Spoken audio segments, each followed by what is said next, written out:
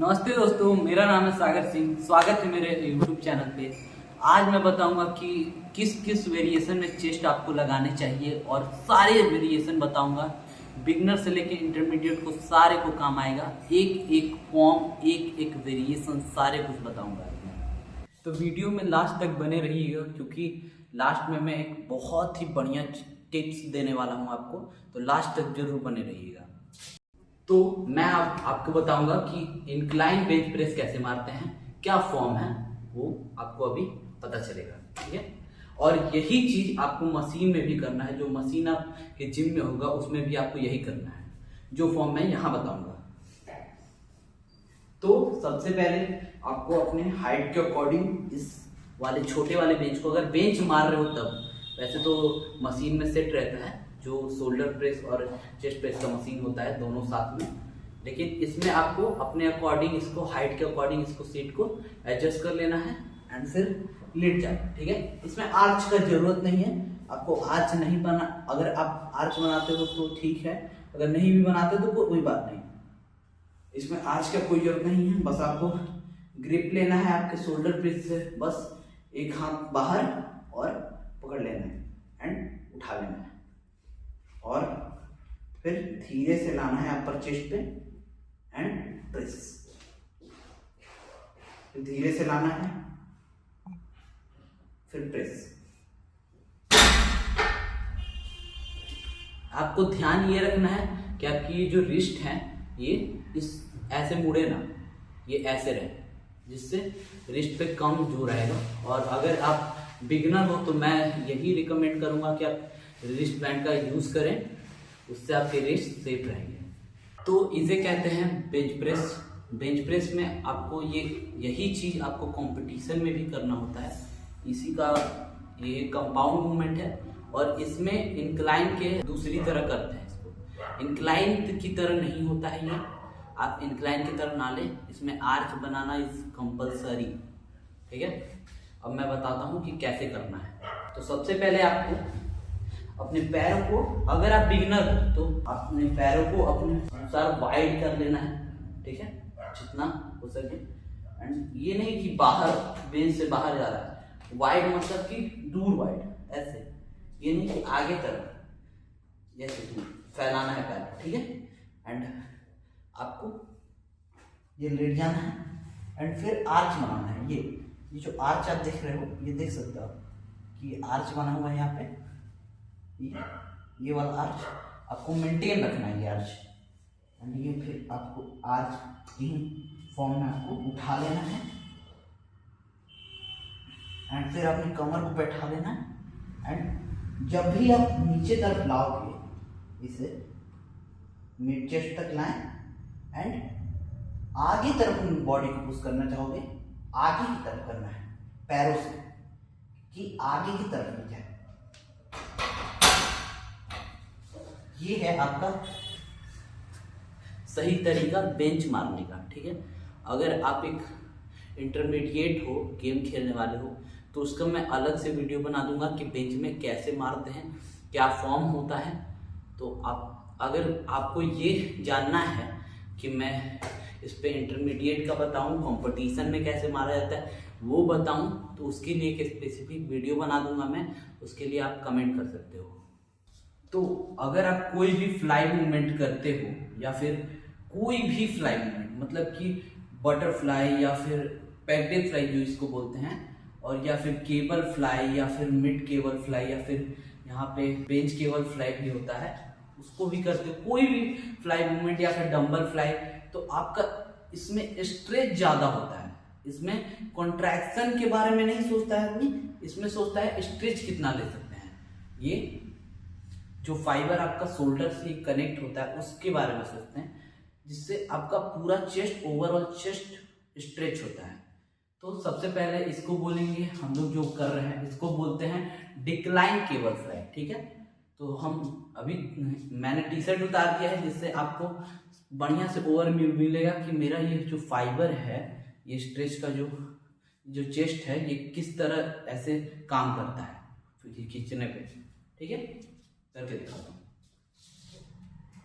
तो वेट अपने अकॉर्डिंग लगा लें। एंड सबसे पहले देखें कि बीच में यहाँ जो ऊपर में ये जो रॉड्स होते हैं इसके बीच में आपके पैर दें। 2 कदम आगे आना है आपको, इनको ले लेना है ऐसे हाथ में, ठीक है। 2 कदम आगे आना है एंड फिर आपको केबल फ्लाई लगानी है ऐसे। ये स्ट्रेच पोजीशन में है, जैसे कि आप मेरे मसल्स को देख सकते हो। स्ट्रेच पोजीशन, ये एल्बो पीछे जाएगा, ना कि आप खुद पीछे जाना। ये नहीं फ्लाई होना चाहिए। फ्लाई का मूवमेंट ये होना है, मतलब कि एल्बो पीछे जा रहा है, ये नहीं कि आपका हाथ पीछे जाए। अगर ये खुला तो सारा लोड बाइसेप्स पे आ जाएगा, ठीक है, और शोल्डर पे। तो इसलिए आपको एल्बो को पीछे लेके जाना है कि मैक्स टू मैक्स सारा आपका वेरिएशन, जितना भी इंटेंशन है, सारा चेस्ट पे आए। मैं करके दिखाता हूँ। ये हो गया आपका, शोल्डर हमेशा डाउन रखना है एंड ये स्ट्रेच कॉन्ट्रैक्ट, स्ट्रेच कॉन्ट्रैक्ट, जितना हो सके कम अपने बॉडी को हिलाना है। और इसी में अगर आपको एक दूसरा मिड आता है जिसमें पेडल फ्लाई का वो आप कर सकते हो, अल्टरनेट है, आप कर सकते हो यहाँ अपने शोल्डर के लेवल पे लगा के, और मिड केबल फ्लाई उसे कहते हैं। अगर आप मिड केबल फ्लाई लगाते हो तो उसमें ये होता है कि वो पेडल फ्लाई का एक मतलब एडवांस वर्जन कह सकते हो कि एडवांस वर्जन है। अगर बिगिनर है तो पेडल फ्लाई ही लगाएं, लेकिन अगर कोई एडवांस अपना चेंज करना चाहते हैं तो ये भी लगा सकते हैं मिड केबल फ्लाई। तो इसे कहते हैं इंक्लाइन डंबल प्रेस, ठीक है। इंक्लाइन डंबल प्रेस में आपको क्या करना होता है कि वही फॉर्म है, बस आपको लेके ऐसे सो जाना है। सेफ फॉर्म बताता हूँ डंबल उठाने का, ठीक है। आपको पैर पे रखना है डंबल को एंड एक डंबल को सबसे पहले पुश करना है एंड शोल्डर पे ले लेना है। फिर दूसरे डंबल को पुश करना है, शोल्डर पे लेना है, लेट जाना है। फिर हल्का सा आपको बाहर की तरफ अपने एल्बोस को करना है एंड प्रेस करना है एंड फिर डीप आना है, जिससे कि स्ट्रेच मिलेगा। यही जो स्ट्रेच है ये आपको बेंच में नहीं मिलेगा, क्योंकि बेंच में आपका रॉड यहाँ पे आके रुक जाता है, लेकिन आपको डंबल में यहाँ तक आने का ऑप्शन मिलेगा, जिससे स्ट्रेच आपका ज़्यादा होगा। यही चीज़ बेंच पे बस नहीं होता है, पर बेंच क्या अलग चीज़ है और डंबल अलग चीज़ है। अब जो मैं आपको एक्सरसाइज सिखाने वाला हूँ उसका नाम है chest pull over. Pull over में आपको हो सकता है कि बहुत लोग लैट्स में, बैक में भी कराएं, लेकिन दोनों में ही ट्रेन कर सकता है। अगर आप बैक में भी करना चाहो तो बैक में भी कर सकते हो, क्योंकि बैक में इसमें लैट्स भी स्प्रेड होते हैं, लैट्स पे भी आता है। और ये कंपाउंड मूवमेंट है तो आना ही है बॉडी में कहीं पे भी। तो लैट्स इसमें इंगेज होते हैं, ट्राइसेप्स इंगेज होते हैं और चेस्ट इंगेज होता है। तो ये नहीं सोचना है कि मेरा लैट्स क्यों इंगेज हो रहा है, या फिर ट्राइसेप क्यों इंगेज आ रहा है, क्यों, या फिर लैट्स या फिर चेस्ट क्यों इंगेज हो रहा है, ये नहीं सोचना है। इसमें ये तीनों पार्ट इंगेज होते ही होते हैं। और भी कोई अगर शोल्डर इंगेज हो रहा है तो वो भी होता है, क्योंकि मोशन में है शोल्डर भी, तो वो भी इंगेज होगा। तो करके दिखाते हैं। तो आपको डंबल ले लेना है एंड इस अकॉर्डिंग लेट जाना है, ठीक है।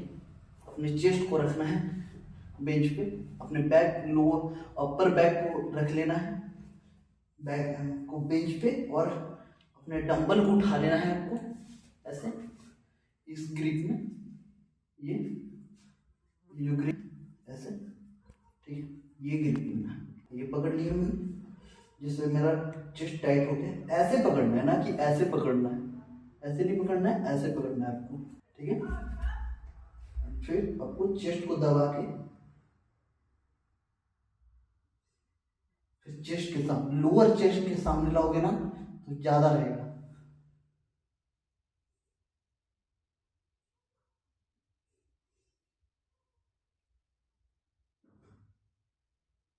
ठीक है। तो मेरे को लगता है कि आप लोग समझ गए होंगे कि चेस्ट पुल ओवर कैसे मारते हैं।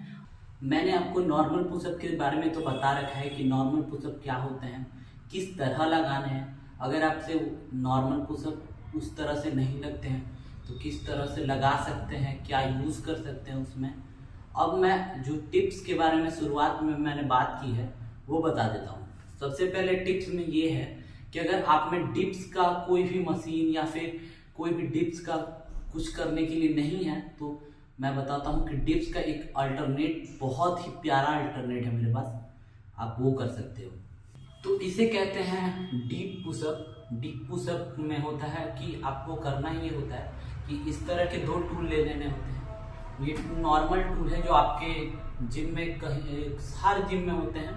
अगर ये टूल नहीं है, अगर ये टूल एक ही है तो आप क्या कर सकते हो कि प्लेट ऐसे रख सकते हो ढेर सारे और उस पर ले सकते हो। तो करना कैसे है मैं बता देता हूँ कि आपको सबसे पहले इन पे पुशअप के फॉर्म में आ जाना है। अगर आप एक एडवांस हो, ठीक है, तो आप प्लेट भी रख सकते हो। अपने लोअर बैक पे रखना प्लेट, ये नहीं कि अपर बैक पे मत रखना, लोअर बैक पे रखना, ठीक है। तो सबसे पहले आपको फॉर्म में आ जाना है एंड आपको करना ये है कि बॉडी को हल्का सा आगे तरफ रखना है, ठीक है, जिससे आपका लोअर चेस्ट नीचे जाएगा एंड पुश, ठीक है। पूरा डीप जाने का कोशिश करना एंड पुश। तो इस तरह आपको ये डिप्स वाले पुशअप लगाने हैं। ये डिप्स पुशअप भी होते हैं और डीप पुशअप भी होते हैं। डीप पुशअप मतलब कि नीचे जाना, समझे, बहुत ज्यादा डीप जो होता है ना वो, ठीक है।